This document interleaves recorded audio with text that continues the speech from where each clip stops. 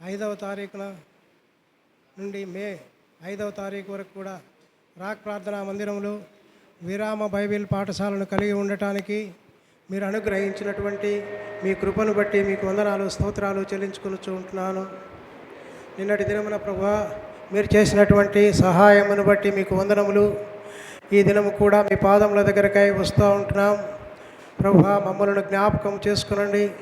తీసుకొని వచ్చినటువంటి మీ ప్రియులందరిని బట్టి మిమ్మల్ని స్తుతిస్తూ గణపరుస్తూ ఉంటున్నాను. ఈ సమయంలో ప్రభువా ఈ దినం చెప్పబోయేటటువంటి పాఠమును గురించి ప్రభువా వివరించడానికి నాకు కూడా కావలసినటువంటి ఆత్మ సహాయమును అనుగ్రహించుము. చేరి వచ్చినటువంటి మీ ప్రియులకు ప్రభువా వినటానికి గ్రహించడానికి మంచి మనసును వారికి దయచేయము. మా సమయాన్ని దీవెనకరముగా చేయము.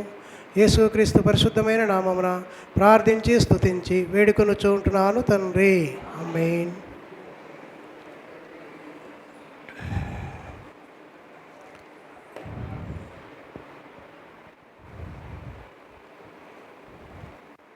అందరికీ వందనాలు.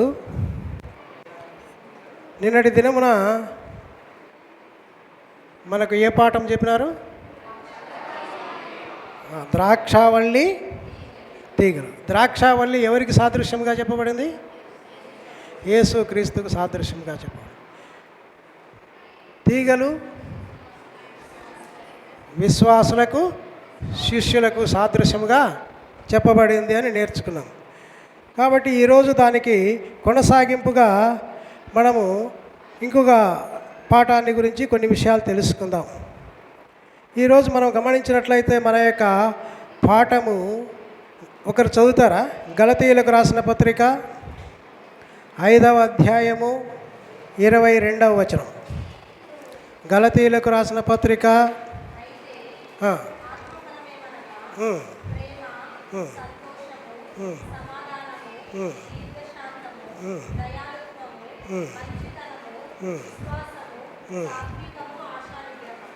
ఎన్ని ఉన్నాయి అక్కడ?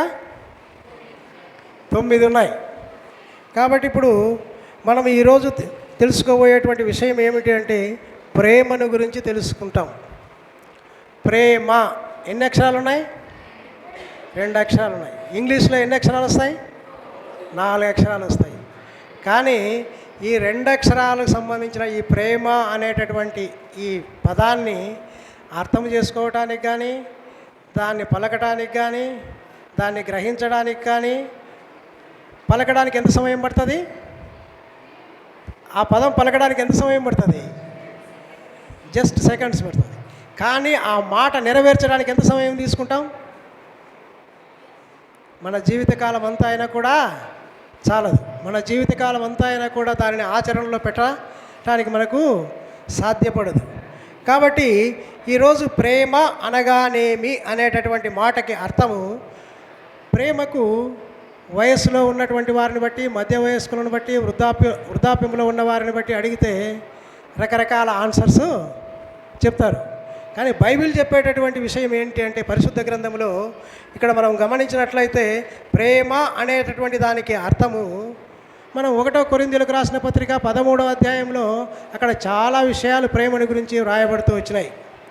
కాబట్టి ఇక్కడ 1 కొరింథీ 5వ అధ్యాయము 13వ అధ్యాయము మనం గమనిస్తే అక్కడ చాలా విషయాలను అక్కడ వ్రాయబడినట్లుగా మనం చూస్తాం.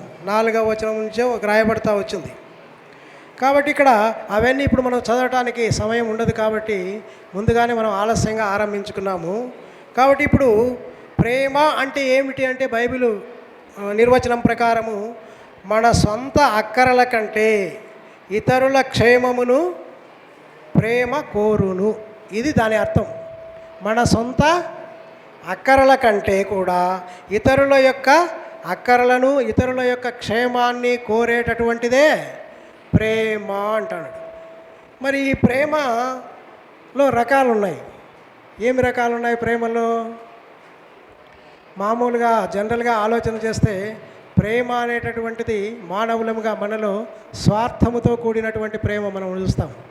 నిస్వార్థమైనటువంటి ప్రేమ చాలా అరుదుగా మనకు కనిపిస్తూ ఉంటుంది. కపటమైనటువంటి ప్రేమను మనం చూస్తూ ఉంటాము. ఇంకా ఎలాంటి ప్రేమను మనం చూస్తూ ఉంటాము? యథార్థమైనటువంటి ప్రేమను మనము అనుభవించలేనటువంటి వారముగా, రుచి చూడలేనటువంటి వారముగా మనం ఉంటా ఉన్నాము. అనేక పర్యాయాలు మనం తిరిగేటటువంటి సమాజంలో మనం చూసేటటువంటి, మనం అనుభవించేటటువంటి ప్రేమ ఎలాగా ఉంటుంది? అది కపటముతో కూడినదైనా ఉంటుంది, స్వార్థముతో కూడినదైనా ఉంటుంది, లేదా మోసయుక్తమైనటువంటి ప్రేమ అయినా ఉంటుంది. కానీ ఇక్కడ రాయబడినటువంటి ప్రేమ యొక్క నిర్వచనం ప్రకారము సొంత అక్కరల కంటే ఇతరుల యొక్క క్షేమాన్ని ప్రేమ కోరుకుంటుంది. అట్లా కోరుకునేటటువంటి ప్రేమకు ఉండాల్సినటువంటి లక్షణాలు ఏమిటి అంటే, ఒకటి, దీర్ఘకాలము సహించును. మనం ఒక వ్యక్తి పట్ల ప్రేమ కలిగి ఉన్నాము, లేదా కుటుంబంలో మన సభ్యుల పట్ల మనం ప్రేమ కలిగి ఉన్నాము అంటే మనకేముండాలి? సహించేది ఉండాలి. కొన్నిసార్లు వాళ్ళు తప్పు చేయొచ్చు, కొన్నిసార్లు వాళ్ళు మనకు వ్యతిరేకంగా మాట్లాడవచ్చు. కానీ ఈ నిర్వచనం ప్రకారము మనం చూసినట్లయితే, మనము సహిస్తూ ఉన్నట్లయితే మనకు వారి మీద ఏమున్నట్లు? ప్రేమ ఉంది అని అర్థమవుతుంది. ఇంకొక లక్షణం ఏమిటంటే దయ చూపించడం. కొన్నిసార్లు ఇది తప్పు, ఇది చేయకూడదు అని చెప్తాం, కానీ దాన్ని మార్చుకోరు, అలాగే కొనసాగుతూ ఉంటారనుకోండి. అప్పుడు మనం ఏం చేస్తాము? ఇంకా తెలుసుకుంటారులే అని వారిపైన తప్పు చేసినప్పుడల్లా మనం ఏం చేస్తాము? దయ చూపిస్తూ ఉంటాము, కనికరపడుతూ ఉంటాము, ఇంకా వారి పట్ల సహిస్తూ ఉంటాము. ఇంకొకటి లక్షణం ఏమిటి అంటే ఓర్చుకోవటం. సహించడము వేరు, ఓర్చుకోవటము వేరు. సహించడము గొప్పనా, ఓర్చుకోవడం గొప్పనా? ఏది ముందు ఏది వెనక వస్తుంది? సహించడం గొప్ప ఎక్కువనా, లేకపోతే ఓర్చుకోవడం ఎక్కువనా? ఓర్పు అనేది కొన్నిసార్లు చాలా అది తక్కువ పరిమాణంలో మనం చెప్పవచ్చు. ఎందుకంటే ఉదాహరణకు నన్ను ఏదైనా మనం ఒక విషయాన్ని అడిగినామనుకోండి, ఉదాహరణకు మిమ్మల్ని అడిగినామనుకోండి, అడిగితే ఒకసారి చెప్తారు, 2 సార్లు చెప్తారు, 3 సార్లు చెప్తారు, 4వసారి ఏమంటారు? ఓర్పు నశించిపోతుంది. అట్లా కాకుండా సహిస్తున్నావు అంటే ఏంటిది? అది బయటికి కనిపించదు, నీ అంతరంగంలో సహనము కలిగి ఉంటావు దాని గురించినటువంటిది. అది కూడా ఒక లక్షణం అన్నమాట. ఇంకా ఓర్పు కలిగి ఉంటే, మనం యొక్క ప్రేమ కలిగి ఉంటే మనం ఏం చేస్తామంటే నిరీక్షణ కలిగి ఉంటాము. ఎందుకంటే మనకు ఉదాహరణకు తల్లిదండ్రులు పిల్లల విషయమై ఎన్ని పొరపాట్లు చేసినా, ఎన్నిసార్లు వాళ్ళకు అవిధేయత చూపించినా, ఎన్నిసార్లు వాళ్ళకు లోబడకుండా ఉండినా కూడా వాళ్ళు ఏం చేస్తారు?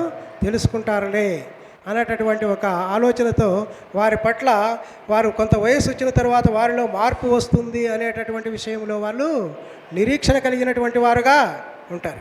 ఈ విధంగా మనము కుటుంబంలో ఉంటాము, బయట సమాజంలో కూడా మనం ఉంటాము.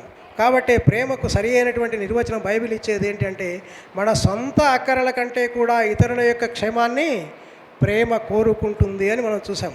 ఇక రెండవదిగా ప్రేమలో ఉన్నటువంటి రకాలు చూసాం. నిస్వార్థమైనటువంటి ప్రేమ, స్వార్థముతో కూడినటువంటి ప్రేమ, కపటముతో కూడినటువంటి ప్రేమ, మోసయుక్తమైనటువంటి ప్రేమను మనం చూస్తూ ఉంటున్నాము.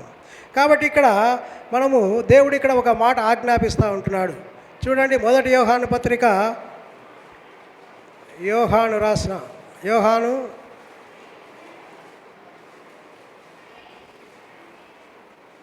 లేకపోతే యోహాను 13:35 చదువుదాం. యోహాను సువార్త 13వ అధ్యాయము 35వ వచనం.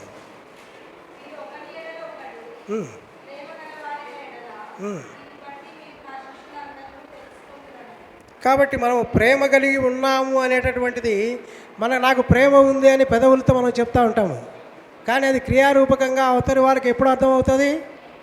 మనను క్రియారూపకంగా చూపినప్పుడు మాత్రమే అది అర్థమయ్యేదిగా ఉంటుంది. కాబట్టి దేవుడు కూడా మనలను ప్రేమించినాడు. ఎట్లా ప్రేమించినాడు అని మనం చూసినట్లయితే ఫిలిప్పీయులకు రాసిన పత్రికలో మనం చూస్తాము. ఆయన మనలను ప్రేమించి మన నిమిత్తము దేవుని కుమారుడై ఉండి కూడా ఏ పోలికలోనికి వచ్చినాడు? మానవుని యొక్క పోలికలోనికి వచ్చినటువంటి వాడుగా ఉంటా ఉన్నాడు. అంత మాత్రమే కాదు, ఏ స్వరూపాన్ని తాను ధరించుకున్నటువంటి వాడుగా ఉన్నాడు? దాసుని స్వరూపమును ధరించుకున్నటువంటి వాడుగా ఉంటా ఉన్నాడు. ఎందుకోసం ఆయన మానవుని పోలికలోకి వచ్చినాడు? ఎందుకోసం దాసుని యొక్క స్వరూపాన్ని తాను ధరించుకున్నాడు అంటే, మానవులమైనటువంటి మనము చెడిపోయినటువంటి వారము, పాపములో ఉన్నటువంటి వారము, పాపములోనే జీవిస్తూ పాపములోనే మరణించినట్లయితే నిత్య నరకానికి పాత్రులము కాబట్టి ఆ యొక్క నిత్య నరకం నుండి తప్పించుట కొరకై తండ్రి అయినటువంటి దేవుడు కుమారుడైనటువంటి యేసుక్రీస్తు ప్రభువును ఈ లోకానికి మన ఆకారములో అంటే మన యొక్క పోలికలో ఈ లోకానికి పంపినటువంటి వాడుగా ఉంటా ఉన్నాడు. ఊరక నేను నిన్ను మిమ్మల్ని ప్రేమిస్తున్నాను అని దేవుడు చెప్పలే. దానికి రుజువుగా ఏం చేసినాడు? తన ఏకైక కుమారుడు అద్వితీయ కుమారుడైనటువంటి యేసుక్రీస్తు ప్రభుల వారిని ఈ లోకానికి మన పోలికలో అంటే దైవ స్వభావం కలిగినటువంటి ఆయన మానవ స్వభావంలోనికి మార్చబడి ఈ లోకానికి వచ్చినట్లుగా మనం చూస్తూ ఉంటున్నాము.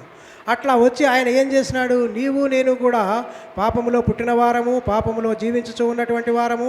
ఒకవేళ ఈ విషయాలు ఎరగకపోతే పాపములోనే మనము మన యాత్రను ముగించేటటువంటి వారముగా ఉంటాము. అలా యాత్ర ముగించినట్లయితే ఎక్కడికి వెళ్తామని బైబిల్ చెప్తా ఉందంటే నిత్య నరకానికి వెళ్తాము.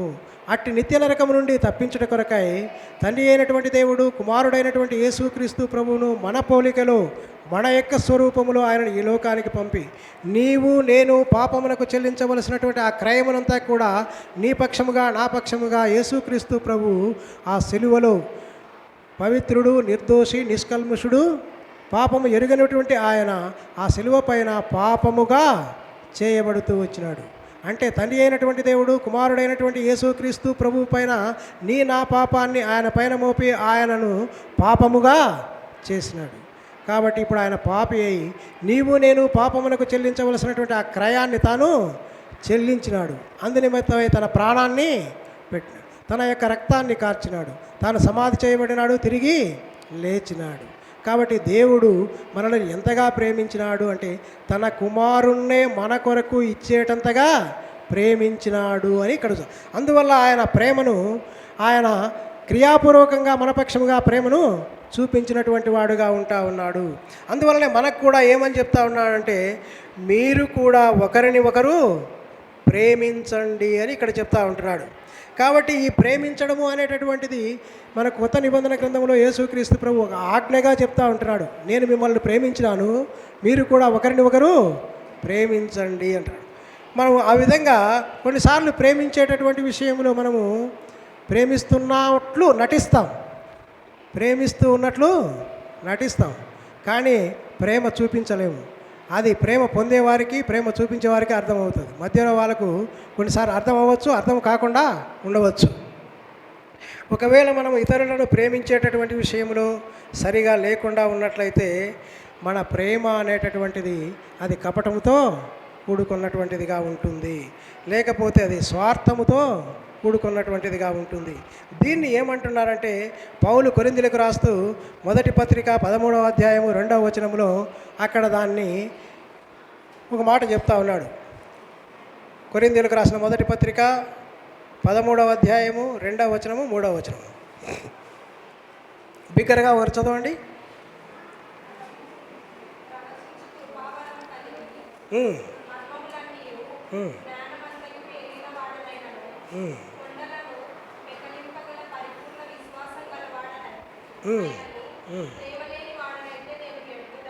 కాబట్టి ప్రేమ అనేటటువంటిది లేకపోతే ఏమవుతుందట? వ్యర్థము అంటున్నాము. కాబట్టి మనము ప్రేమిస్తున్నాము అని ఎట్లా తెలుసుకుంటారు? మనము ప్రేమించవలసినంతగా ఇతరులను ప్రేమిస్తున్నామా, దేవుణ్ణి ప్రేమిస్తున్నామా అని మనకు ఎట్లా తెలుస్తుంది అని చూస్తే బైబిల్ గ్రంథంలో దేవుని యొక్క వాక్యం యొక్క వెలుగులో మనం పరీక్ష చేసుకునేటప్పుడు నిజమైనటువంటి ప్రేమకు ఉండేటటువంటి లక్షణాలు ఏంటో కొన్ని చూసుకున్నాము. ఇప్పుడు మళ్ళీ మనం గమనించినట్లయితే ఇక్కడ కొరింథీయులకు రాసిన పత్రిక 13వ అధ్యాయము 4-7 వచనాల్లో అక్కడ వ్రాయబడతా ఉంది. ప్రేమ అనేటటువంటిది ఏం చేస్తుందంటే అది నిజమైన ప్రేమ అయితే దయ చూపిస్తుంది, నిజమైనటువంటి ప్రేమ అయితే అది ఇతరులను నమ్ముతుంది. నేను ఇతరులను ప్రేమిస్తున్నాను అంటే అతన్ని నమ్మేటటువంటి వాడుగా ఉంటాడు, ఇంకా సహిస్తుంది, నిరీక్షిస్తుంది, అన్నిటికీ తాలుకుంటుంది. ఈ విషయాలు మనం కలిగి ఉంటే అప్పుడు నీ స్నేహితుని పట్ల కానీ, నీ కుటుంబ సభ్యుల పట్ల కానీ, నీ ఇరుగు పొరుగు వారి పట్ల కానీ, నీ చుట్టూ ఉన్నటువంటి సమాజం పట్ల కానీ నీకు ప్రేమ అనేటటువంటిది ఏ విధంగా ఉందో అక్కడ అర్థమవుతుంది. ఒకవేళ అది లేకుండా నేను కూడా ప్రేమిస్తున్నాను అంటే అది ఏమైతుంది? వ్యర్థమైనటువంటిది అని చెప్తా ఉంటున్నాడు. కాబట్టి ఈ విధంగా నిజమైనటువంటి ప్రేమకు ఉండవలసినటువంటి లక్షణాలు ఈ విధంగా మనలో ఉన్నాయి. కొన్నిసార్లు మనము ఎంత చెప్పుకున్నా కూడా ప్రేమించే విషయంలో మనం చాలా లోపము కలిగినటువంటి వారముగా ఉంటా ఉన్నాము. నా అభిప్రాయాలు ఇతరుల వ్యక్తిగత అభిప్రాయాలతో కలిసినప్పుడైతే నేను ప్రేమిస్తాను. ఒకవేళ అభిప్రాయ భేదాలు వస్తే వెంటనే ఏమొస్తుంది? ప్రేమ స్థానంలో ఏం చోటు చేసుకుంటుంది? అసూయ, ద్వేషము, పగ, ఈర్ష ఇవన్నీ కూడా చోటు చేసుకుంటాయి. కాబట్టి మనలో ప్రతి ఒక్కరిలో కూడా ఇవి ఉంటాయి. అవి పరిమాణం ఎక్కువలో ఉండొచ్చు, తక్కువగా ఉండవచ్చు. అయితే ఇక్కడ వాక్యం ఏమి చెప్తా ఉంది అంటే, మనం నిజముగా ఇతరులను ప్రేమిస్తున్నాము అంటే వారిపైన దయ చూపించేటటువంటి వారముగా ఉండాలి, వారి యందు నమ్మకం కలిగినటువంటి వారముగా ఉండాలి, వారిని సహించేటటువంటి వారముగా ఉండాలి, వారి ఎడల మనము నిరీక్షణ కలిగినటువంటి వారముగా కూడా ఉండాలి అని మనకి ఇక్కడ జ్ఞాపకం చేయబడతా ఉంది. కాబట్టి మనం గమనించినట్లయితే ఈ యొక్క ప్రేమను మన హృదయాలలో దేవుడే మన హృదయాల్లో పోసినాడు. ఎందుకంటే ఆయన మనల్ని ప్రేమించి ప్రాణము పెట్టినంతగా మనలను ప్రేమించినాడు అని మనం చూస్తూ ఉంటున్నాము. మరి ఆయన ప్రాణం పెట్టినాడు, ఈ లోకానికి వచ్చినాడు, శిలువ పైన మరణించినాడు, సమాధి చేయబడినాడు, తిరిగి చనిపోయి తిరిగి లేచి తండ్రి యొద్దకు వెళ్ళిపోయినాడు అని బైబిల్ చెప్తా ఉంది. మరి తండ్రి యొద్దకు వెళ్ళిపోయిన తర్వాత భూలోకంలో నీకు నాకు మరి ఎవరు సహాయం చేసేటటువంటి వారు ఉంటారు? కాబట్టి నీకు నాకు సహాయం చేయట కొరకై ఆయన పరిశుద్ధ ఆత్మను పంపినటువంటి వాడుగా ఉంటా ఉన్నాడు. అందువలన ఇక్కడ హోలీ స్పిరిట్ అనేటటువంటి మాటని ఇంగ్లీష్లో మనం రాస్తూ ఉంటున్నాము. కాబట్టి ఇక్కడ పరిశుద్ధాత్ముడు తండ్రి స్థానంలో మనకు పని చేసేటటువంటి వాడుగా ఉంటా ఉన్నాడు. భూమిపైన నీకు నాకు ఆయన భూమిపైన ఉన్నటువంటి దినాల్లో నిన్ను నన్ను ప్రేమించి ఆయన ప్రేమను చూపించినటువంటి వాడుగా ఉన్నాడు. ఆ తర్వాత తిరిగి తన యొక్క తండ్రి ఇచ్చినటువంటి పనిని తాను ముగించుకొని తిరిగి పరలోకానికి తండ్రి యొద్దకు వెళ్ళిపోయినాడు. వెళ్ళిపోయిన తర్వాత ఆయన యందు విశ్వాసం ఉంచినటువంటి వారికి, వారిని నడిపించడానికి, వారిని ఆదరించడానికి, వారిని గైడ్ చేయడానికి, వారికి కావలసినటువంటి ఆదరణ ఇవ్వడానికి వారి కొరక ఎవరిని ఉంచిపోయినాడు? పరిశుద్ధాత్మను ఉంచినటువంటి వాడుగా ఉంటా ఉన్నాడు. ఈ యొక్క సృష్టిలో పరిశుద్ధాత్ముడు అనేటటువంటి ఈయన ఎన్నవ వ్యక్తిగా ఉన్నాడు? 1 తండ్రి, 2 కుమారుడు, 3 ఎవరు అంటే 3వ వ్యక్తి ఎవరిక్కడ? పరిశుద్ధాత్ముడు ఉంటా ఉన్నాడు. 2వ వ్యక్తిగా ఉన్నటువంటి ఆయన తను ఇచ్చినటువంటి పనిని తాను చేసి తిరిగి వెళ్ళిపోయినాడు. ఆయన స్థానంలో ఇప్పుడు ఎవరు ఇచ్చినారు మనకు ఆదరించడానికి? పరిశుద్ధాత్ముడు మనకు ఆయనను అనుగ్రహించినటువంటి వాడుగా ఉంటా ఉన్నాడు. మరి ఈ పరిశుద్ధాత్ముడు యేసుక్రీస్తు ప్రభువునందు విశ్వాసం ఉంచినటువంటి మన యొక్క హృదయాలలో ఆయన నివసిస్తాడు అని వాక్యం చెప్తా ఉంది. ఎందరైతే ఆయనను విశ్వసించుదురో వారు ఆయన కుమారులు అనబడుదురు అని మనం చూస్తాం. మనం ఆయన బిడ్డలు అయినప్పుడు ఆయన మన కొరకు ఏర్పాటు చేసినటువంటి ఆ యొక్క పరిశుద్ధాత్ముడు మన హృదయాలలో పని చేస్తూ ఉంటా ఉన్నాడు. ఎట్లా పని చేస్తాడు ఆ పరిశుద్ధాత్ముడు అంటే, సృష్టిలో 2వ వ్యక్తి అయినటువంటి యేసుక్రీస్తు ప్రభు వారు ఈ లోకమును విడిచి తండ్రి వద్ద ఉండి నీ నిమిత్తము నా నిమిత్తము ఆయన ప్రార్థన చేస్తూ ఉంటా ఉన్నాడు. కాబట్టి ఆయన యొక్క ప్రార్థనా ఫలితముగా ఆయన పంపినటువంటి యొక్క పరిశుద్ధాత్ముడు నీలో నాలో ఉంటూ నిన్ను నన్ను ఇక్కడ మనకు కంఫర్టర్గా అంటే ఆదరించేటటువంటి వాడుగా ఉంటాడు. 2వది గైడ్ చేసేటటువంటి వాడుగా ఉంటాడు. 3వది బోధించేటటువంటి వాడుగా ఉంటాడు. 4వది సహాయము చేసేటటువంటి వాడుగా ఉంటాడు. కాబట్టి పరిశుద్ధాత్ముడు చేసేటటువంటి పనులు ఏంటంటే క్లుప్తంగా మనం చూసినట్లయితే, 1 ఆదరణ, 2వది నడిపింపు, 3వది బోధించేటటువంటి వాడుగా, 4వది సహాయము చేసేటటువంటి వాడుగా ఉంటాడు.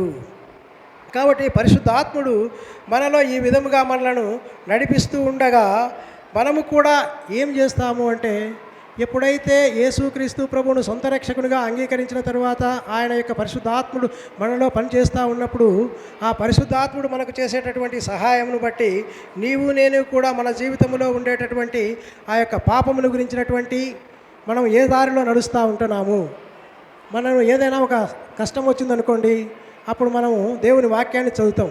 దేవుని వాక్యమును చదివినప్పుడు వాక్యం మనకేం చెప్తుంది? ఆ రోజు ఆ వాక్యం నీతో మాట్లాడేదిగా ఉంటుంది. ఆ వాక్యం ద్వారా దేవుడు నిన్ను, ఒకవేళ నీవు భయములో ఉన్నావు అనుకోండి, మనం భయములో ఉంటే భయపడకుము అనేటటువంటి మాట మనకు అక్కడ చదువుకున్న భాగంలో వచ్చినప్పుడు మనకెంత కొంత ఆదరణ అనేటటువంటిది కలుగుతుంది. అలాగే ఇంకా రకరకాలైనటువంటి సమస్యలలో ఇరుకులలో ఉన్నప్పుడు దేవుడు తన యొక్క వాక్యం ద్వారా మనల్ని ఆదరించేవాడుగా ఉంటాడు. 2వదిగా గైడ్ చేసేటటువంటి వాడుగా ఉంటాడు. అంటే మనల్ని నడిపించేటటువంటి వాడుగా ఉంటాడు. మనం కొన్నిసార్లు ఎటు వెళ్ళాలో మనకు తోచదు, కానీ ఆ సమయంలో మనము వాక్యమును బైబిల్ చదువుతూ వచ్చినప్పుడైతే దేవుడే మనలను సరి అయినటువంటి దారిలో నడిపించేటటువంటి వాడుగా ఉంటాడు. 3వదిగా ఆయన టీచర్. మనం బైబిల్ గ్రంథాన్ని చదువుతూ ఉంటున్నాము, ఈనాడు ఎంతమంది వాక్యాన్ని చదివినా, ఎన్ని పుస్తకాలు తిరిగేసినా, ఎంత జ్ఞానమును సంపాదించుకున్నా కూడా దేవుని వాక్యాన్ని అర్థం చేసుకోవటము అనేటటువంటిది ఇహలోక సంబంధమైనటువంటి జ్ఞానముతో అది సాధ్యమయ్యేది కాదు. కాబట్టి ఆ వాక్యాన్ని ఎవరు మనకు బోధించాలి? ఎవరు బోధించాలి? పరిశుద్ధాత్ముడు మాత్రమే ఆ వాక్యాన్ని మనకు అర్థమయ్యేలాగున బోధించితే అప్పుడు మనం అర్థం చేసుకోవడానికి వీలవుతుంది. కాబట్టి దేవుని వాక్యాన్ని మనం చదువుతూ ఉన్నప్పుడు దానిని మనకు బోధించేటటువంటి వాడు కూడా పరిశుద్ధాత్ముడే. చాలా విషయాలు బైబిల్ చదివేటప్పుడు మనకు అర్థం కావు కొన్ని విషయాలు. కానీ అర్థం కాకపోతే మనకంటే ఆత్మీయంగా ఉన్నటువంటి వారి యొక్క ఆలోచనలను, సలహాలను వారికి తెలుసు కాబట్టి వారి అనుభవాలను మనం అడుగుతూ ఉంటాం. వారు కూడా కొన్ని పర్యాలు తెలిసి చెప్తారు, కొన్ని పర్యాలు వారికి ఉన్నటువంటి అనుభవాన్ని బట్టి మాత్రమే చెప్పగలుగుతారు. కానీ అది కరెక్టా తప్ప అని జడ్జ్ చేసుకోవాల్సింది ఎవరు? నీవు, నేనే. కాబట్టి అప్పుడు ఎవరి దగ్గరికి వెళ్ళాలి? పరిశుద్ధాత్మని దగ్గరకు వెళ్తే ఆయన మనకు సరి అయినటువంటి బోధకుడుగా ఉండి ఆ వాక్యాన్ని ఏ విధంగా అర్థం చేసుకోవాలో మనకు సరిగా బోధించేటటువంటి వాడుగా ఉంటాడు. కాబట్టి మూడవదిగా ఆయన హెల్పర్, సహాయం చేస్తాడు. ఎప్పుడైనా కూడా మనము నిస్సహాయముగా ఉంటాం. కొన్ని పర్యాయాలు నా, మన అనేటటువంటి వారందరూ కూడా మనల్ని ఏం చేస్తారు? వదిలివేసినటువంటి వారుగా ఉంటారు. అటువంటి సమయంలో మనం ఒంటరి వారముగా మిగిలిపోతాము. ఒంటరి వారముగా మిగిలిపోయినప్పుడు మనం ఎవరి నుండి అయితే సహాయాన్ని ఎక్స్పెక్ట్ చేస్తూ ఉంటామో వారంతా కూడా ఏమైపోయింటారు? దూరం అయిపోయి ఉంటారు. అప్పుడు మనల్ని ఆదరించేటటువంటి వారు, సహాయం చేసేటటువంటి వారు ఎవరు కూడా కనిపించరు. అప్పుడు మనం ఎక్కడికి వెళ్తాము? దేవుని వాక్యాన్ని చదువుతూ ఉంటాం. అప్పుడు ఆ దేవుని వాక్యమే నీకు నాకు ఏం చేస్తుంది? అది సహాయం చేసేటటువంటిదిగా ఉంటుంది, నిన్ను నిలబెట్టేదిగా ఉంటుంది, నిన్ను పడిపోకుండా చూసేటటువంటిదిగా ఉంటుంది అని మనం ఇక్కడ గుర్తుంచుకోవలసినటువంటి వారముగా ఉంటాం. అంతేకాకుండా ఈ పరిశుద్ధాత్ముడు ఏం చేస్తాడు అంటే పాప జీవితం నుండి నిన్ను, నన్ను అందరినీ కూడా ఇది దేవుని దృష్టికి సరైనది కాదు అని ఒక హెచ్చరిక చేసేటటువంటి వాడుగా ఉంటాడు. అంటే పాపానికి దూరంగా ఉండేటట్లు మనలను చేసేటటువంటిదిగా ఉంటుంది. పరిశుద్ధాత్ముడు మనకు సహాయం చేస్తాడు. పవిత్రమైనటువంటి జీవితంలో జీవించడానికి సహాయపడేటటువంటిదిగా పరిశుద్ధాత్ముడు మనలో కార్యమును చేస్తూ ఉంటాడు. కాబట్టి పరిశుద్ధాత్ముడు చేసేటటువంటి పని ఏంటంటే, ఒకటి వాక్యాన్ని బోధించేవాడుగా ఉంటాడు, రెండవది పాపాన్ని దూరంగా ఉంచేటటువంటి వాడుగా ఉంటాడు, పవిత్రమైనటువంటి జీవితాన్ని జీవించడానికి మనల్ని సిద్ధపరిచేటటువంటి వాడుగా ఈ పరిశుద్ధాత్ముడు మనలో ఉండి అంతరంగంగా కార్యాన్ని జరిగిస్తూ ఉంటాడు. కాబట్టి ఇప్పుడు ఈరోజు పాఠానికి మనం వచ్చినట్లయితే ఆత్మఫలము ఏమిటి? ప్రేమ. ఈ ప్రేమ అనేటటువంటి దానికి నిర్వచనం మనం చూసాము. ప్రేమలో ఉన్నటువంటి రకాలు మనం చూసాము. దేవుడు మనల్ని ఎంతగా ప్రేమించాడో మనం చూసాము. ఇప్పుడు మన ప్రేమ ఎలాంటిదో కూడా మనము చూస్తూ ఉంటున్నాము. ఇక్కడ చూడండి, దేవుడు మనలను ప్రేమించినప్పుడు దేవుడు అంటా ఉన్నాడు, దేవుడు ప్రేమాస్వరూపి. దేవుడు ఏ స్వరూపి? ప్రేమాస్వరూపి. కాబట్టి దేవుడు మనల్ని ప్రేమించినాడా? ఒకవేళ కాకపోతే? అందువలన అక్కడ ఏమై ఉందంటే, మనము 1 యోహాను పత్రిక 4:16లో అక్కడ వ్రాయబడిన మాటను గమనించినట్లయితే దేవుడు ప్రేమయ్య ఉన్నాడు అని ఉంది. దేవుడు ఎవరు? ప్రేమ. కాబట్టి దేవుని యొక్క ఉనికిలోనే ప్రేమ కలిగినటువంటి వాడుగా ఉన్నాడు. కాబట్టి ఆయన ప్రేమాస్వరూపిగా నీకు నాకు కనపరుచుకునేటటువంటి వాడుగా ఉన్నాడు. ఆ ప్రేమనే నీలో నాలో ఉంచినాడు. కాబట్టి ఆ ప్రేమ యందు ఇప్పుడు మనం ఎవరైతే నిలిచి ఉంటారో, దేవుడు మనలను మంచివారమని ఆయన ప్రేమించలే, మనలో ఏదో సద్గుణాలు ఉన్నాయని ఆయన మనల్ని ప్రేమించలే. మనం ఎంతో ఆయనకు పాపముతో దూరముగా ఉన్నా, అసహ్యమైనటువంటి జీవితాన్ని జీవిస్తున్నా కూడా ఆయన మనల్ని ప్రేమించి మన నిమిత్తము ప్రాణమును పెట్టిన వాడుగా ఉన్నాడు. కాబట్టి అక్కడ ఆయన ప్రేమ అనేది మన పట్ల మనకు కనబడుతుంది. ఆ ప్రేమలో మనము నిలిచి ఉండాలా అని ఆయన కోరుతూ ఉంటున్నాడు. ప్రేమలో నిలిచి ఉండాలా అంటే ఇక్కడ మనం చూస్తూ ఉన్నాము, ఈ యొక్క ద్రాక్షావళిని మనం ఏం చెప్పుకున్నాము? యేసుక్రీస్తు ప్రభువుకు సాదృశ్యంగా చెప్పుకున్నాము. మరి యేసుక్రీస్తు ప్రభువుకు వాక్యమే దేవుడు. కాబట్టి ఇప్పుడు మనం ఈ యొక్క వాక్యము అనేటటువంటిది మనలో ఉన్నట్లయితే, మరి వాక్యం ద్వారా దేవుడు ఏం ఆజ్ఞ ఇచ్చినాడు? నీ పూర్ణ హృదయంతో, నీ పూర్ణ మనస్సుతో, నీ పూర్ణ ఆత్మతో నీ దేవుడైన యెహోవాను ప్రేమించవలను అని చెప్పి ఇది ఒక ఆజ్ఞ. ఆయన ఆ ఆజ్ఞ నెరవేర్చినాడు, నీ పక్షంగా నా పక్షంగా నెరవేర్చినాడు. ఇప్పుడు నిన్ను నన్ను ఆయన ఏమి కోరుతూ ఉన్నాడంటే, మీరు కూడా ఒకరిని ఒకరు ప్రేమించండి అని ఆజ్ఞ ఇస్తూ ఉంటున్నాడు. ఈ 2 ఆజ్ఞలు మనకు చెప్పబడుతూ ఉన్నాయి. కాబట్టి నీవు నేను కూడా ఈ 2 ఆజ్ఞల విషయంలో ఇది ఒక ఆజ్ఞగా ఉంది. ఆజ్ఞ అంటే ఏంటి? తప్పకుండా పాటించవలసినటువంటివి అని మనం గుర్తుంచుకోవాలి. ఎప్పుడైతే మనము దేవుడు ప్రేమ అయి ఉన్నాడు, దేవుడు ప్రేమాస్వరూపి కాబట్టి ఆయన ద్వారా ఆయన యొక్క ప్రేమ మన హృదయాలలో కుమ్మరించబడింది. ఈ కుమ్మరించబడినటువంటి ఈ యొక్క ప్రేమ అనగా దేవుని యొక్క వాక్యం మనలో పనిచేస్తూ ఉన్నప్పుడు, దేవుని వాక్యం మనలో ఉన్నప్పుడు మనము కూడా ఆయన యొక్క పరిశుద్ధాత్మను కలిగి జీవించినప్పుడు ఆ ప్రేమ హృదయం అనేటటువంటిది మనం కూడా కలిగి ఉంటాము. కాబట్టి ఈ పరిశుద్ధాత్ముడు ఆ వాక్యమును మనం చదువుతూ ఉన్నప్పుడు దాన్ని బోధపరుస్తాడు. బోధపరిచిన తర్వాత ఈ పరిశుద్ధాత్ముడు మన హృదయాలలో ప్రేమ కలిగి నడుచుకునేటట్లు మనకు సహాయము చేస్తాడు అని మనం ఇక్కడ తెలుసుకుంటా ఉన్నాం. మరి ఇంకా కొన్ని పర్యాయాలు మనం చూసినట్లయితే ఇక్కడ ఈ పరిశుద్ధాత్ముడు కొన్ని మాటలు మనకు జ్ఞాపకం చేస్తూ ఉంటున్నాడు. ఈ 4 విషయాలు కూడా యేసుక్రీస్తు ప్రభు ఈ లోకాన్ని వదిలిపెట్టి తండ్రి యొద్ద ఉండినప్పుడు మనకు సహాయం చేయుట కొరకై పంపినటువంటి ఈ యొక్క పరిశుద్ధాత్ముడు ఈ యొక్క బైబిల్ గ్రంథం దగ్గరికి మనం వచ్చినప్పుడు ఈ పరిశుద్ధ గ్రంథానికి గుర్తుగా ఇక్కడ పెడతా ఉన్నాం. ఎప్పుడైతే పరిశుద్ధాత్మ యొక్క సహాయంతో బైబిల్లో ఉన్నటువంటి వాక్యాన్ని మనం చదువుతూ వస్తామో ఆ చదివినప్పుడు ఆ వాక్యమే దేవుడు. కాబట్టి ఆ వాక్యము నీతో మాట్లాడుతుంది, నిన్ను ఆదరిస్తుంది, నడిపిస్తుంది, బోధిస్తుంది, సహాయము చేసేటటువంటిదిగా ఉంటుంది. కాబట్టి నీవు నేను కూడా అట్లు దానిని అనుభవించాలి అంటే మనం ఒకసారి జ్ఞాపకం చేసుకోవాలి. మనము ఇతరులను సంపూర్ణముగా ప్రేమిస్తూ ఉన్నామా? మన ప్రేమ ఎలాగా ఉంటుంది? తేనె పూసిన కత్తిలాగా ఉంటుంది కొన్నిసార్లు. కాబట్టి ఇక్కడ అంటా ఉన్నాడు సంపూర్ణముగా ప్రేమిస్తున్నామా? ఒకవేళ సంపూర్ణంగా ప్రేమిస్తున్నారు అని తెలుసుకోవాలంటే ఎట్లా తెలుసుకుంటాము? ఇప్పుడు దేవుడు ఉన్నాడు, తండ్రి అయినటువంటి దేవుడు ఉన్నాడు. మానవాళిని ఎట్లా ప్రేమించినాడు? సంపూర్ణంగా ప్రేమించినాడా? సగం సగం ప్రేమించినాడా? కాలు ప్రేమించినాడా? సంపూర్ణముగా ప్రేమించినాడు. కాబట్టి తను ఏం చేసినాడు? తన ప్రాణాన్ని ఇచ్చినాడు. కాబట్టి నీవు కూడా నేను కూడా ఈ లోకంలో మనం సంపూర్ణమైనటువంటి ప్రేమను మనం కలిగి ఉండినట్లయితే మన ప్రేమ అనేటటువంటిది దానికి సాదృశ్యంగా ఈ యొక్క ద్రాక్ష చెట్టులో ఉన్నటువంటి ద్రాక్ష పండుకు సాదృశ్యంగా చెప్తా ఉంటున్నాడు. అది ఒక ఫలం, ద్రాక్ష పండు ఒక ఫలం. ఆ ఫలం అనేటటువంటిది ఎలాగా ఉంటుంది? అక్కడ ద్రాక్ష పండు మనం సహజంగా చూస్తే అది గుండ్రంగానే ఉంటుంది. అంటే గుండ్రంగా ఉంది అంటే దాన్ని అది ఒక పరిపూర్ణమైనటువంటి ప్రేమకు సాదృశ్యంగా దాన్ని మనం చెప్తూ ఉంటున్నాం. అయితే మానవులమైనటువంటి మనము ఎన్నో లోపాలు కలిగినటువంటి వారము కాబట్టి, ఎన్నో కొరతలు కలిగినటువంటి వారము కాబట్టి, ఎంతో బలహీనము కాబట్టి మనం ఆ పరిపూర్ణమైనటువంటి ప్రేమను చూపించేటటువంటి విషయంలో చాలా మనకు చేత కాదు. మనం ఆ విషయంలో చాలా ఫెయిల్ అయ్యేటటువంటి వారముగా ఉంటా ఉన్నాము. అందువలన మన ప్రేమ కొన్నిసార్లు ఏమవుతుంది అంటే మన ప్రేమ పక్వానికి వచ్చినటువంటి పండులాగా ఉండదు. అంతేకాకుండా మన ప్రేమ అనేటటువంటిది కొన్ని పర్యాయాలు అది ఎండిపోయినటువంటి ద్రాక్ష పండులాగా మనకు కనిపిస్తూ ఉంటుంది. ఉదాహరణకు మనం చూసుకున్నట్లయితే పక్వానికి రాని పండును మనం తింటే ఎలా ఉంటుంది? అది రుచిగా ఉంటుందా?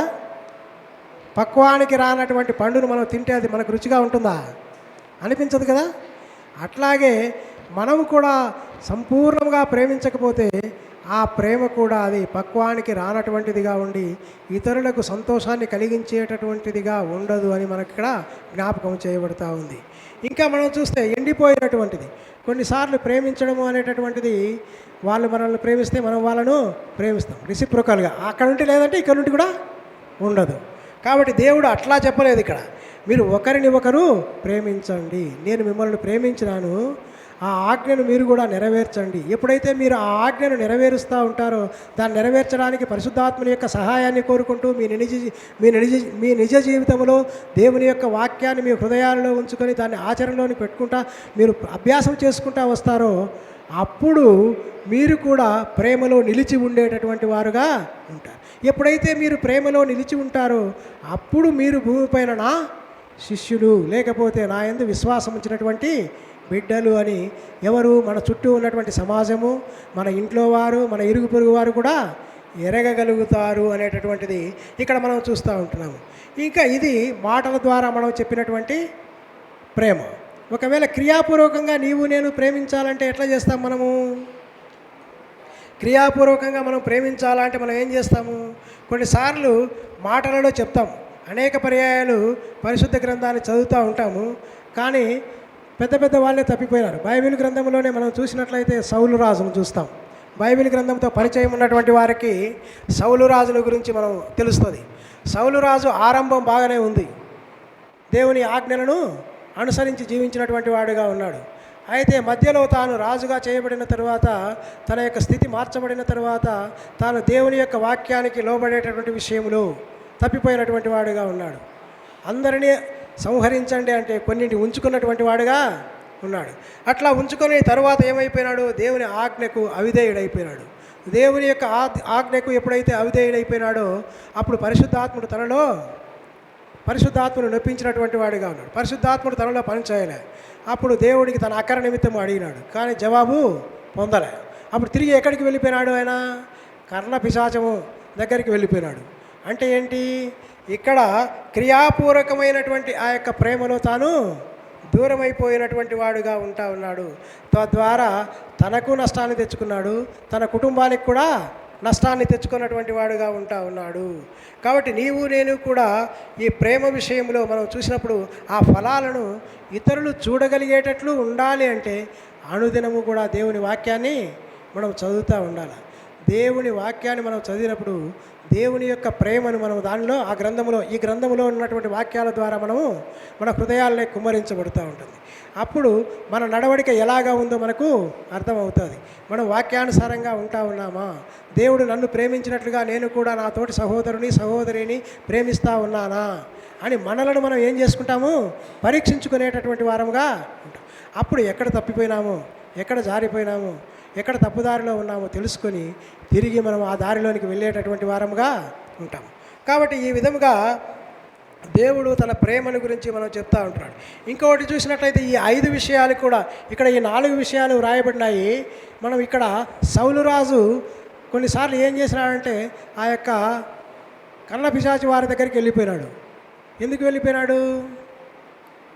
సహజంగా ఇది దేనికి గుర్తుగా చెప్తా ఉన్నదంటే ఇక్కడ ఈ మన పాఠంలో కర్ణ పిశాచి దగ్గరికి వెళ్ళి సోది చెప్పించుకుంటా అంటారు. చూడండి, కొన్నిసార్లు చేయి చూపించుకుంటూ ఉంటారు. చేతిలో ఉన్నటువంటి రేఖలను బట్టి వారి యొక్క భవిష్యత్తు ఉంటుంది అని చెప్పేటటువంటి వారు ఉంటారు, దాన్ని నమ్మేటటువంటి వారు ఉంటారు, చెప్పించుకునేటటువంటి వారు కూడా ఉంటారు.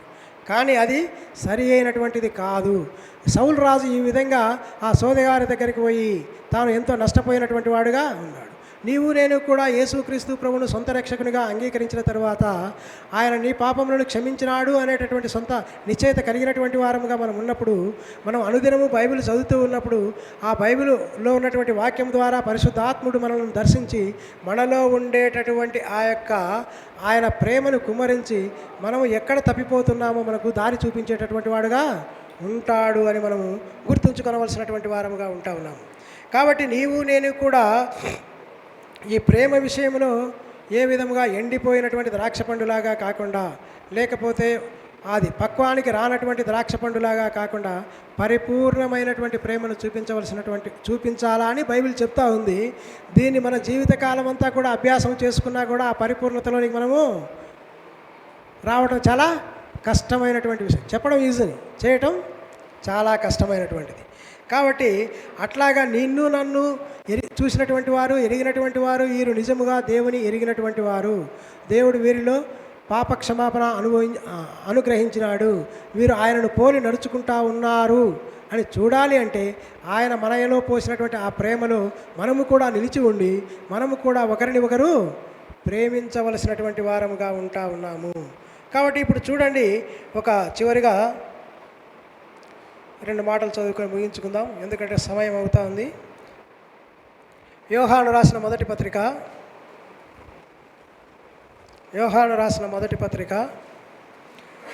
4వ అధ్యాయము 21వ వచనం.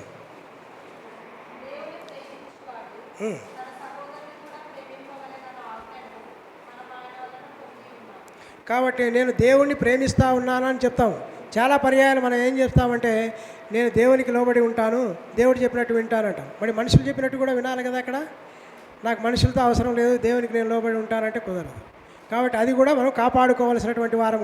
దానికి ఒక లైన్ అనేటటువంటిది ఉంటుంది. ఎంతవరకు ఉండాలో అంతవరకే మనం దాన్ని గమనించుకోవాలి. అది అర్థం కాకపోతే పరిశుద్ధాత్ముడు మనకు బోధించేటటువంటి వాడుగా ఉంటాడు. ఇంకో వాక్యాన్ని మనం చూస్తాం. పేతురు రాసిన పేతురు పత్రిక 1 పేతురు 1వ అధ్యాయము 23వ వచనం.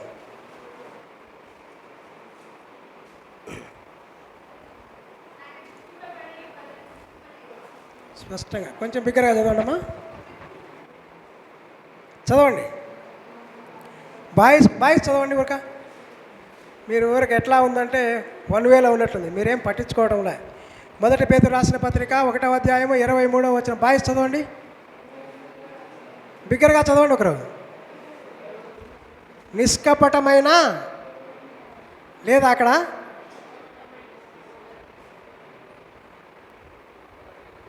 టిఫిన్ తిన్నారా? ఉదయం టిఫిన్ తిన్నారా మీరు? ఏమో తిన్నారో లేదో అర్థం కావట్లేదు. తినంటే మరి కొంచెం ఏమన్నా నోరు తెరవాలి కదా.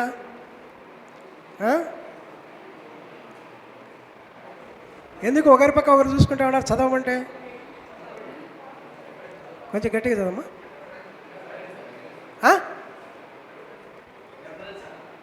ఒకటి చెప్పినా కదా, 1:23.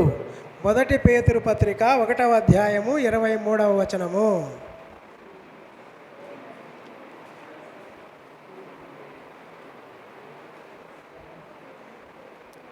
తీయటానికే రాలేదంటే మీరు చూడలేదని అర్థం.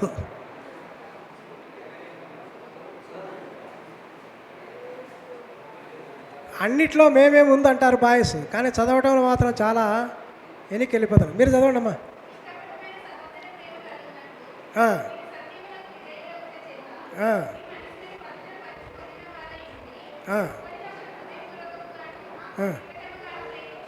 కాబట్టి మిక్కుటముగాను హృదయపూర్వకముగాను నిష్కపటముగాను. కాబట్టి ఈ ప్రేమ అనేటటువంటి యొక్క ఫలం మనకి ఏం చెప్తా ఉంది అంటే, మన ప్రేమ నిష్కపటమైనదిగా ఉండాలి. తరువాత ఇంకోటి ఏం చెప్పారు అక్కడ? 3 హృదయపూర్వకంగా ఉండాలి, మిక్కుటమైనటువంటి ప్రేమ కలిగి ఉండాలి. దేవుడు ఈ 3 అంతస్తుల ప్రేమతో నిన్ను నన్ను ప్రేమించినాడు అని ఇక్కడ మనకు చెప్తా ఉంది. ఇది ప్రేమ యొక్క ఫలం. కాబట్టి ప్రేమ మనల్ని ఇంకా ఏం చేస్తుంది అంటే, మన నిజ జీవితంలో అది రుజువుపరచబడాలా అంటే ప్రేమ ఏం చేస్తుంది? ప్రేమ అనేక దోషాలను కప్పుతుంది. ప్రేమ పాపాన్ని ఏం చేస్తుంది? కప్పిపెట్టేదిగా ఉంటుంది. ఇంకా ప్రేమ ఏం చేస్తుంది? ప్రేమ కలిగి ఉంటే మనం ఏం చేస్తాము? ఇప్పుడు ఒక వ్యక్తి మీద మనకు ప్రేమ ఉందనుకోండి, అప్పుడు మనం ఏం చేస్తాం? ఆ వ్యక్తికి చెప్పిన ప్రతి మాటకు కూడా వింటాం. అవిధేయత అంటే ఏంటి? దాసులుగా ఉంటాం. మనం ప్రేమ కలిగినటువంటి వారమైతే మనం దాసులుగా ఉంటాము అని మనం ఇక్కడ జ్ఞాపకం చేస్తాం. అంతేకాకుండా సంపూర్ణమైనటువంటి ప్రేమ మనం ఇతరుల పట్ల చూపిస్తూ ఉన్నట్లయితే మనం ఆ వ్యక్తిని చూస్తే భయపడాల్సిన అవసరము ఉండదు. ప్రేమ అనేటటువంటిది మనలో భయం లేకుండా చేస్తుంది అని మనం చూస్తూ ఉన్నాం. ఇంకా మనం ప్రేమను చూస్తే, ఇది ప్రేమ అనేటటువంటిది ఆజ్ఞ కాబట్టి ఆ ఆజ్ఞను మనం నెరవేర్చినట్లయితే దేవుడు మనల్ని ఏమంటా ఉన్నాడు? తప్పిస్తాను అంటా ఉన్నాడు. ఇంకా మనం ప్రేమించినట్లయితే మనల్ని కాపాడుతాను అంటా ఉన్నాడు. ఇంకా మనం ఆయనేళ్ళ ప్రేమ చూపినట్లయితే, ఎవరైతే మనం ప్రేమ కలిగి ఉంటామో ఆ ప్రేమ మనలో నిలిచి ఉంటే మనము ఆయనకు తెలిసిన వారముగా ఉంటాము. మనం దేవునికి తెలిసిన వారముగా ఉండాలి అంటే ఆ ప్రేమ మనలో ఉన్నప్పుడు, ఆ ప్రేమను దేవుడు మనలో చూచినప్పుడు మనం ఎవరికి తెలిసిన వారముగా ఉంటాము? దేవునికి తెలిసినటువంటి వారముగా ఉంటాం. దేవునికి తెలిసినటువంటి వారముగా ఉన్నప్పుడు మన యొక్క ప్రతి పరిస్థితిని కూడా ఆయన చెప్పుకుంటే మనకు విని జవాబును అనుగ్రహిస్తాం. కాబట్టి దేవుడి ఈ మాటలను దీవించండి. ప్రార్థన చేసుకుందాం.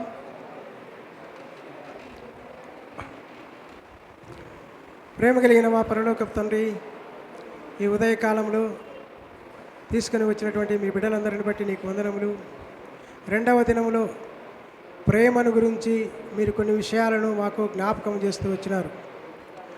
ప్రేమ అనేదానికి ఇతరులను ప్రేమించాలి అంటే మేము మాలో స్వార్థము లేకుండా త్యాగసహితమైనటువంటి ప్రేమను చూపించినప్పుడే అది నిజమైనటువంటి ప్రేమగా ఉంటుంది అని మీరు జ్ఞాపకం చేశారు. కానీ అట్లాంటి ప్రేమలోనికి రావటానికి శరీరంలో ఉన్నటువంటి మేము, మాంసయుక్తమైనటువంటి దేహంలో ఉన్నటువంటి మేము, మాలో పనిచేస్తూ ఉన్నటువంటి అనేక రకాలైనటువంటి శత్రు సంబంధమైనటువంటివి మమ్మల్ని వెనక్కి లాగుతూ ఉన్నప్పుడు ఆ ప్రేమలో మేము ఎదగటానికి మీరు మాకు అనుగ్రహించినటువంటి మీ వాక్యమును మా హృదయాలలో నింపుకున్నటువంటి వారమై మీరు మమ్మల్ని ఎంతగా ఆ వాక్యమును చదువుతూ ఉన్నప్పుడు మీ ప్రేమను మేము గుర్తించే వారముగా ఉంటాము. మీ ప్రేమను మేము ఎరిగేటటువంటి వారముగా ఉంటాము. మీ ప్రేమను మేము రుచించేటటువంటి వారముగా ఉంటాము. మీ ప్రేమను మేము రుచించినటువంటి వారము మేము కూడా ఒకరిని ఒకరు ప్రేమించేటటువంటి అనుభవంలోనికి రావటానికి మీరే సహాయం చేయమని వేడుకొనిచ్చు ఉంటున్నాము. కృప చూపించండి. మీరు కోరుకున్నటువంటి అంతస్తులోనికి వచ్చినటువంటి వారమై భూమిపైన మేము మీ విడుదలగా రుజువుపరచబడడానికి ప్రభువా మీరే మాలో ఉండి కార్యములు జరిగించి మీ ఉద్దేశమును మా పట్ల సంపూర్ణంగా నెరవేర్చుకొని మీకు మహిమ తెచ్చుకొనుమని యేసుక్రీస్తు పరిశుద్ధమైన నామమున ప్రార్థించి స్తుతించి వేడుకొనిచ్చు ఉంటున్నాము తండ్రి. ఆమేన్.